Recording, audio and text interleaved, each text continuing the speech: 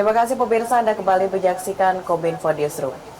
Pemirsa, Papua, sebuah provinsi di ujung timur Indonesia, memiliki keindahan alam yang sangat eksotis. Bagi pelancong, Papua sering disebut sebagai serpihan surga yang jatuh ke bumi. Dan Papua saat ini telah menjelma menjadi provinsi dengan daya saing yang tinggi. Dan pemirsa, kita berbicara mengenai sumber daya manusia. Papua tentunya mampu bersaing dengan berbagai provinsi lainnya di Indonesia. Dalam bidang pembangunan infrastruktur, secara khusus dalam bidang telekomunikasi contohnya. Tentunya saat ini telah mampu menyatukan dan menghidupi orang asli Papua. Kita tahu bahwa bidang komunikasi ini membuka berbagai hal dalam bidang ekonomi, politik, pendidikan, kesehatan, dan juga demokrasi. Dan saat ini pemirsa, media massa tumbuh dan berkembang di Papua sebagai alternatif kanal-kanal informasi dari dan ke Papua. Tak lupa juga kita melihat generasi muda Papua selalu gemar dalam bermain media sosial ini untuk menyuarakan aspirasi mereka dan memberitahukan kepada dunia harapan serta impian mereka sebagai bangsa Indonesia. Namun pemirsa, saat ini media massa konvensional tentunya sudah tidak menjadi hal yang dominan lagi di tengah masyarakat seperti koran, televisi, majalah, atau tabloid. Dan saat ini juga netizen atau warga Papua sendiri telah bisa memproduksi dan menyebarluaskan informasi melalui kanal media baru. Dan bagaimana respon dari jurnalis Papua dengan fenomena tersebut, kita akan bahas dan berbincang-bincang dalam dialog Kominfo Newsroom kali ini.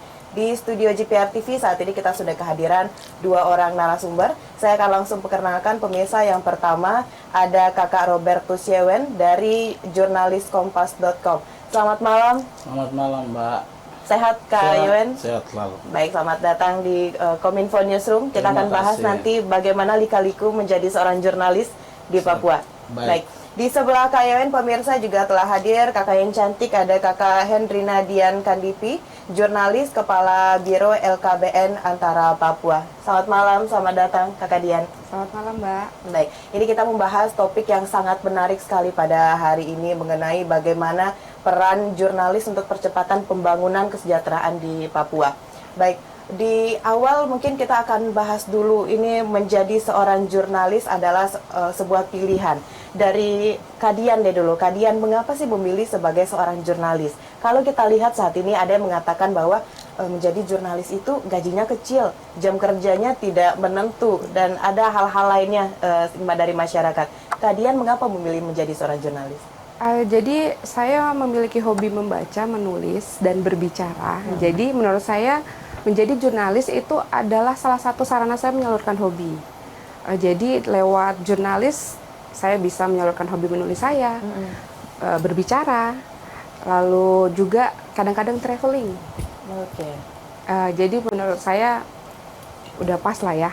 Nah, terkait dengan gaji wartawan yang terkadang dikatakan tidak sesuai dengan jam kerjanya kita, saya sempat merasakan di media lokal. Lalu pindah ke media nasional yang sekarang saya masih ada, kantor Berita Antara. Memang saya merasakan sekali bahwa ketika kita di media lokal, gaji kita, kesejahteraan kita ini memang tidak sesuai dengan jam kerjanya kita. Tapi puji Tuhan ketika saya pindah ke lembaga kantor Berita Antara, sudah bisa memberikan kesejahteraan yang memang diperlukan oleh seorang jurnalis ketika harus menjalankan tugas jurnalistiknya. Baik, berarti kalau dari Kadian, kenapa ingin jadi jurnalis itu karena hobi ya? Iya. Dan berbicara mengenai kesejahteraan itu seiring berjalannya waktu akan tentunya lebih baik begitu Kadian. Nah, kalau Kak Yewen gimana nih, kenapa mau jadi jurnalis? Ya, menjadi jurnalis itu kan kalau menurut saya sih bukan sekedar panggilan ya, tapi pilihan hidup gitu. Jadi kalau kita dipanggil itu kan bisa saja hanya beberapa orang saja yang dipilih. Nah, jurnalis juga sama gitu. Jadi itu adalah bagian dari pilihan hidup gitu. Saya sendiri memang sejak kuliah itu basic saya memang menulis gitu. Jadi karena sering menulis itu menjadi sebuah pilihan hidup untuk ternyata kerja di jurnalis itu menarik gitu, senang gitu. Berkaitan dengan gaji dan lain-lain, menurut saya kalau seorang jurnalis merasa itu adalah pekerjaan profesi dan pilihan dia, maka ya why not ya, tidak jadi masalah untuk dia punya gaji mau besar atau kecil, karena yang terpenting adalah itu adalah bagian dari pilihan hidupnya. Iya.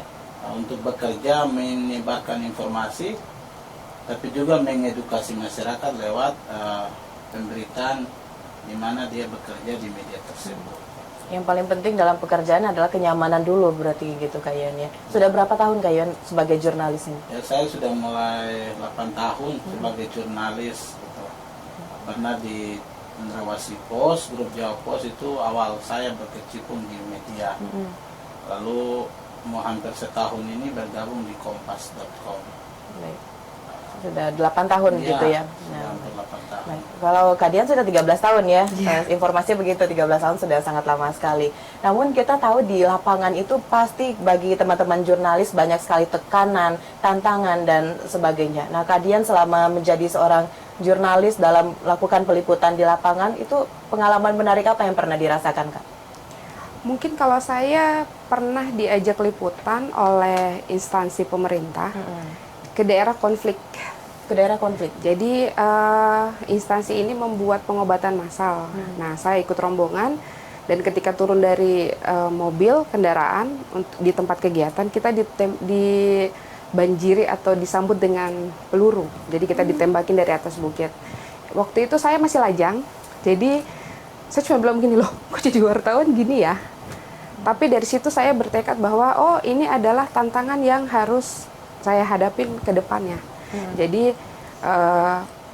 itulah mungkin menjadi salah satu passion juga kenapa saya menekuni bidang jurnalistik sampai 13 tahun. Oke, biasanya orang kalau disambut itu dengan tarian, dengan lagu-lagu, ini dengan Tembakan ya. tembakan. Tapi pada saat itu tidak langsung terbesit dalam benaknya aku besok nggak mau jadi jurnalis lagi.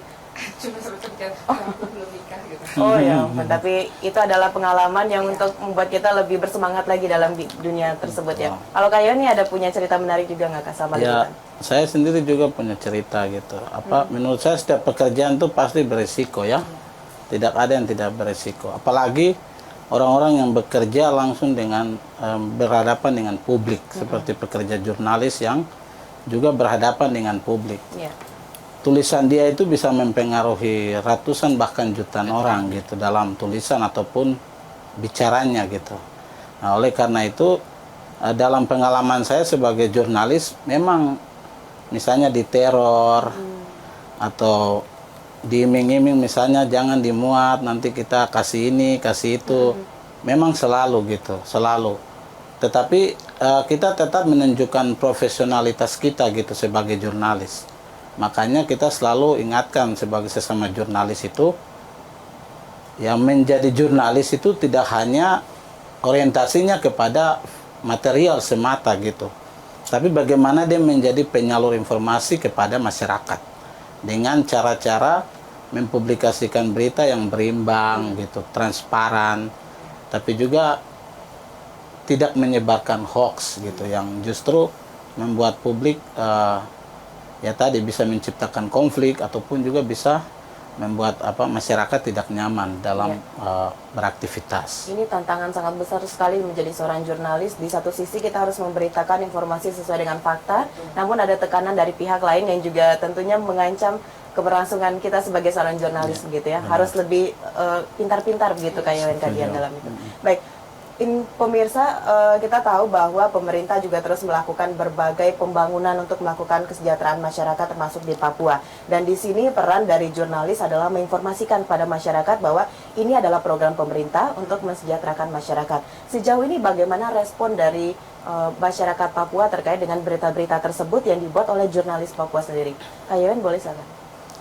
Kalau kita lihat media di Papua tuh terus tumbuh dan subur gitu. Jadi kalau dulu kita hanya kenal media-media nasional yang datang di Papua, tapi para pekerja media, para jurnalis-jurnalis itu merasa oh ternyata media sangat penting, tidak hanya memberikan informasi tapi mengedukasi, terutama media-media lokal yang di Papua. Sehingga kehadiran media lokal di Papua sebenarnya bagian dari bagaimana mengabulkan aspirasi masyarakat Papua yang selama ini justru mungkin tidak di follow up dengan baik oleh media-media nasional. Sehingga ya kami menyambut baik gitu. Kita merasa bahwa kehadiran media lokal yang ada di tanah Papua justru menjadi sarana corong bagi masyarakat untuk menyampaikan keluhan-keluhannya, baik itu yang menyangkut pembangunan, tapi juga prestasi-prestasi pembangunan yang dilakukan oleh pemerintah daerah selama ini. Yang ada kalau di Papua kan 29 kabupaten kota. Iya. Dan itu bisa tersalurkan, meskipun kita harus sadari bahwa belum semua itu dipublikasikan atau di-follow up dengan baik oleh para pekerja media tersebut.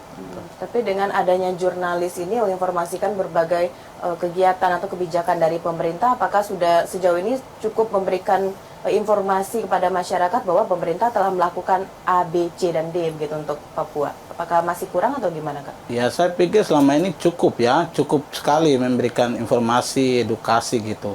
Cuma mungkin kerjasama, terus penghargaan oleh pemerintah terhadap para pekerja media sendiri, ataupun perusahaan-perusahaan media online ataupun cetak elektronik yang ada di Papua itu perlu diperhatikan ke depan.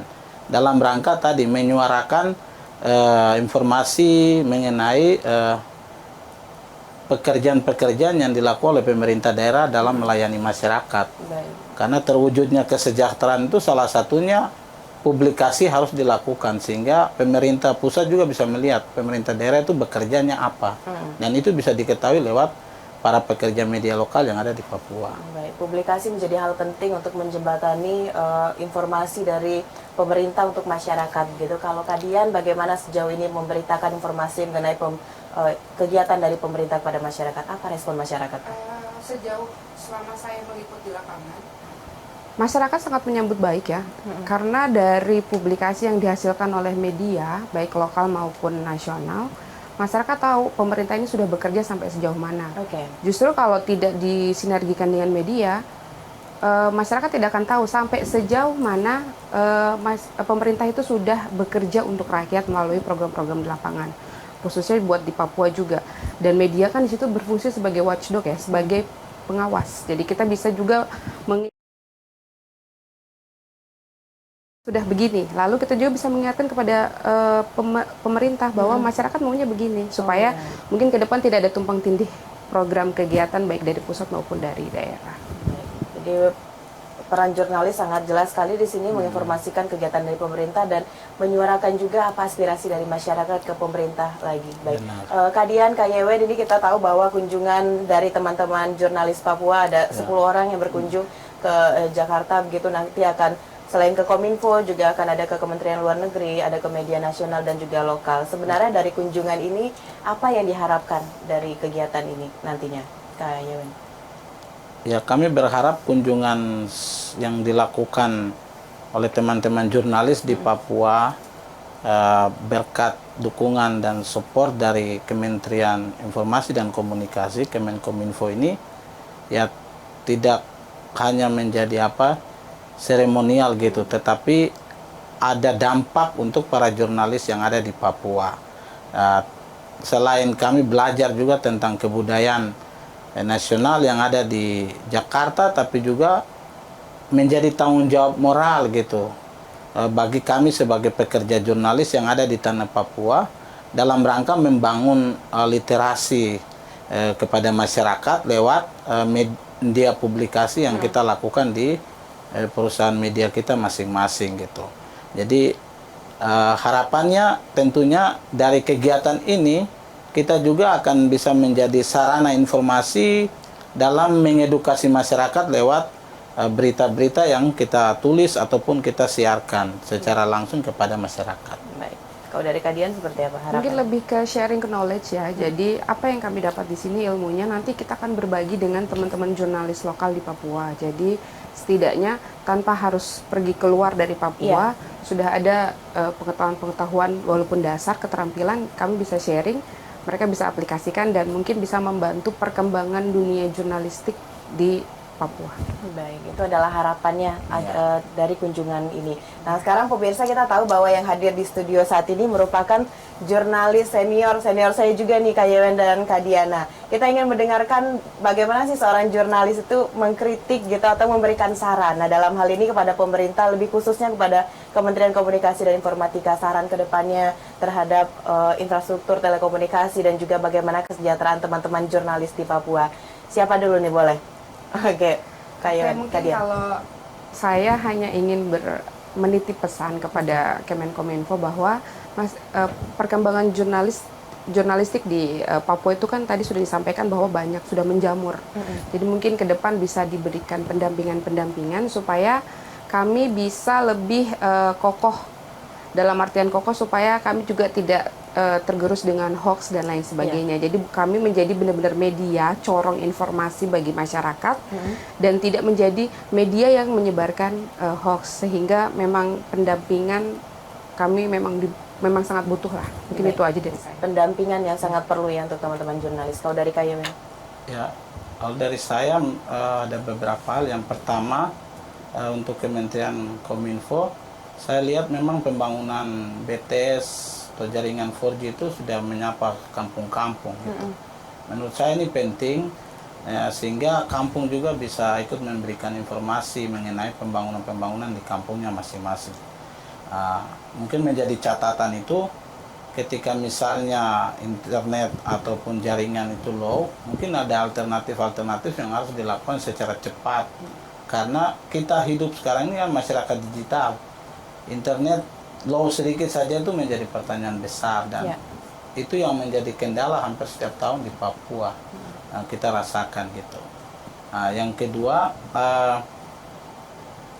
ya kita berharap juga bahwa Kementerian Kominfo itu tidak hanya tadi secara struktural begitu, misalnya berhubungan dengan instansi terkait, misalnya Dinas Kominfo, tapi juga melibatkan para pekerja teknologi informasi yang ada, terutama para media yang ada di daerah masing-masing, sehingga ketika menyentuh masyarakat itu benar-benar disentuh gitu, misalnya melalui melek digital bagi para UMKM Mama Papua, atau melek digital bagi para pelajar yang ada di kampung-kampung, itu benar-benar tersentuh dengan tadi pendampingan secara rutin, secara berkelanjutan oleh Kementerian Kominfo, dengan melibatkan seluruh unsur-unsur yang terkait, terutama para pekerja teknologi dan informasi yang ada di tanah Papua. Baik, berarti pendampingan dan juga infrastruktur yang harus terus dikembangkan di Papua begitu ya. Dan Kayewen dan juga Kadian, terima kasih telah hadir berbincang-bincang dalam dialog Kominfo Newsroom kali ini. Sama-sama. Melihatkan kepada pemirsa bahwa ini loh peran penting dari teman-teman jurnalis Papua dalam menginformasikan kepada masyarakat apa saja kegiatan dan program dari pemerintah. Kita nanti akan berbincang-bincang lagi di kesempatan yang lain, membahas bagaimana potensi dan juga keberlanjutan dari Papua dalam bidang telekomunikasi khususnya. Terima kasih Kadian dan juga Kayewen. Terima kasih. Baik, dan pemirsa, itulah dialog kita pada Kominfo Newsroom kali ini mengenai peran jurnalis untuk percepatan pembangunan kesejahteraan Papua. Dan setelah jeda pariwara, kami akan kembali dengan berbagai informasi lainnya. Tetaplah bersama Kominfo Newsroom.